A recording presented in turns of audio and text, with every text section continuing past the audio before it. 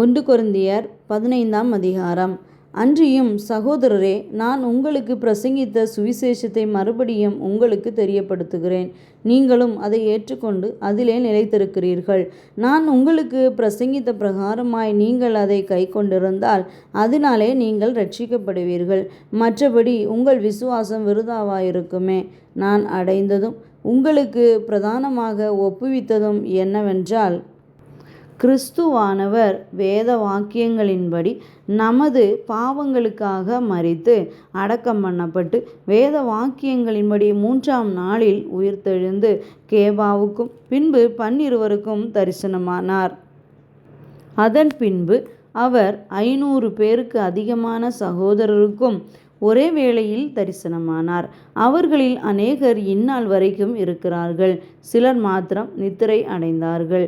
பின்பு யாக்கோபுக்கும் அதன் பின்பு அப்போஸ்தலர் எல்லாருக்கும் தரிசனமானார். எல்லாருக்கும் பின்பு அகால பிறவி போன்ற எனக்கும் தரிசனமானார். நான் அப்போஸ்தலர் எல்லாரிலும் சிறியவனாயிருக்கிறேன். தேவனுடைய சபையை துன்பப்படுத்தினதினாலே நான் அப்போஸ்தலன் என்று பேர் பெறுவதற்கு பாத்திரன் அல்ல. ஆகிலும் நான் இருக்கிறது தேவ கிருபையினாலே இருக்கிறேன். அவர் எனக்கு அருளிய கிருபை விருதாவாயிருக்கவில்லை.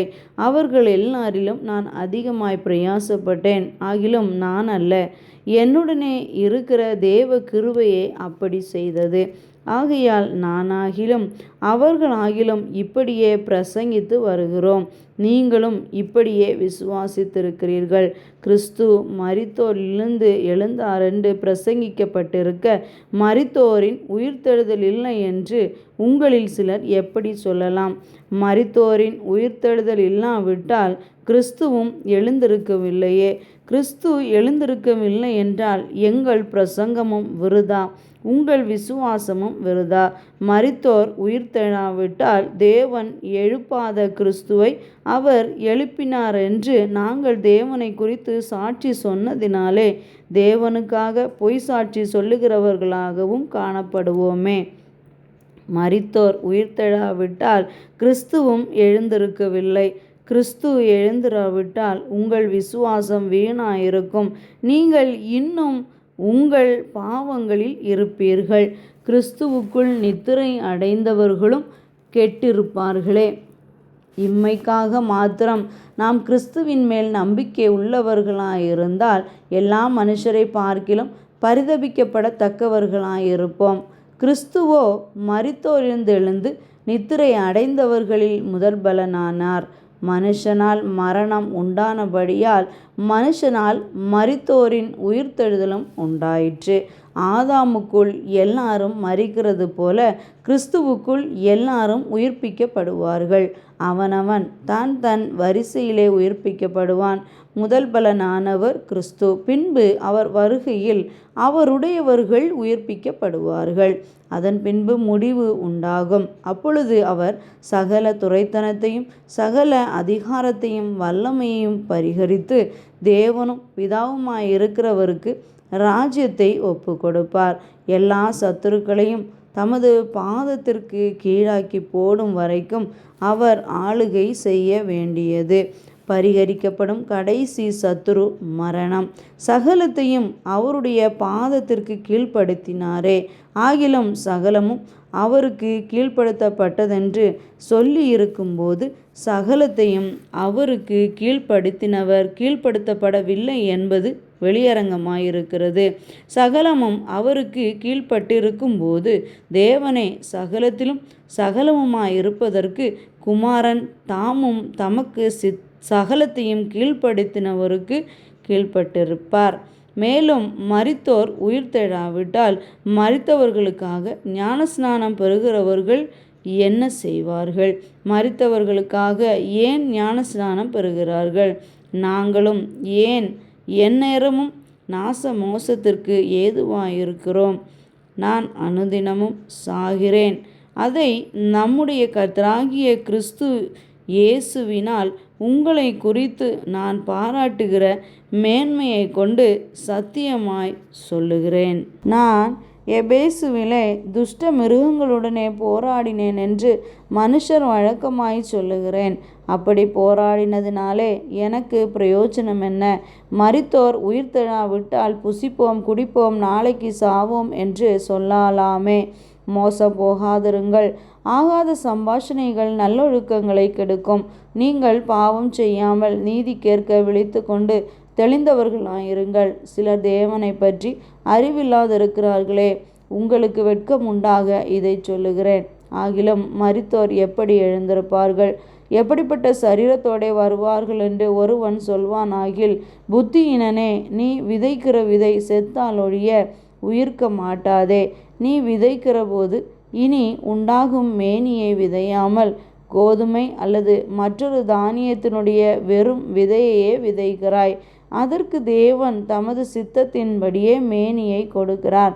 விதை வகைகள் ஒவ்வொன்றிற்கும் அதற்கேற்ற மேனியே கொடுக்கும்.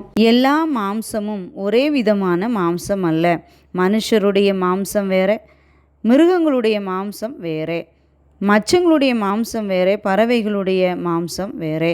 வானத்துக்குரிய மேனிகளும் உண்டு, பூமிக்குரிய மேனிகளும் உண்டு. வானத்துக்குரிய மேனிகளுடைய மகிமையும் வேறே, பூமிக்குரிய மேனிகளுடைய மகிமையும் வேறே.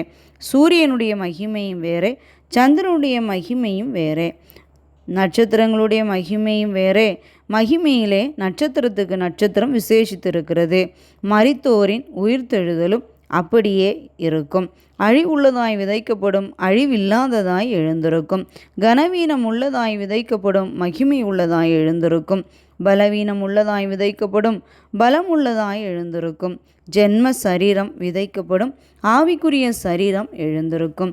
ஜென்ம சரீரமும் உண்டு, ஆவிக்குரிய சரீரமும் உண்டு. அந்தபடியே முந்தின மனுஷனாகிய ஆதாம் ஜீவ ஆத்துமாவானான் என்று எழுதியிருக்கிறது. பிந்தின ஆதாம் உயிர்ப்பிக்கிற ஆவியானவர்.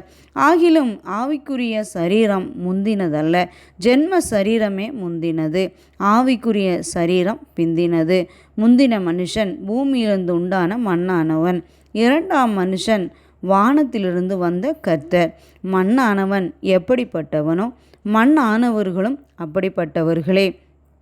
வானத்துக்குரியவர் எப்படிப்பட்டவரோ வானத்துக்குரியவர்களும் அப்படிப்பட்டவர்களே.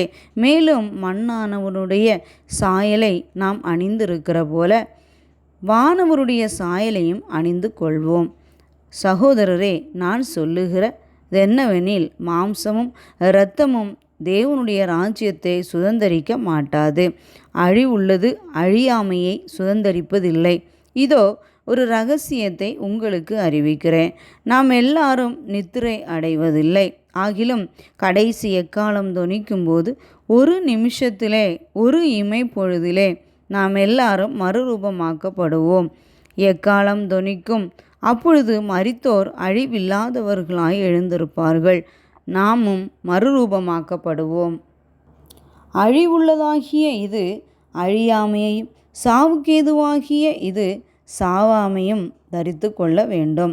அழிவுள்ளதாகிய இது அழியாமையையும் சாவுக்கேதுவாகிய இது சாவாமையும் தரித்து கொள்ளும்போது மரணம் ஜெயமாக விழுங்கப்பட்டது என்று எழுதியிருக்கிற வார்த்தை நிறைவேறும். மரணமே உன் கூர் எங்கே? பாதாளமே உன் ஜெயம் எங்கே?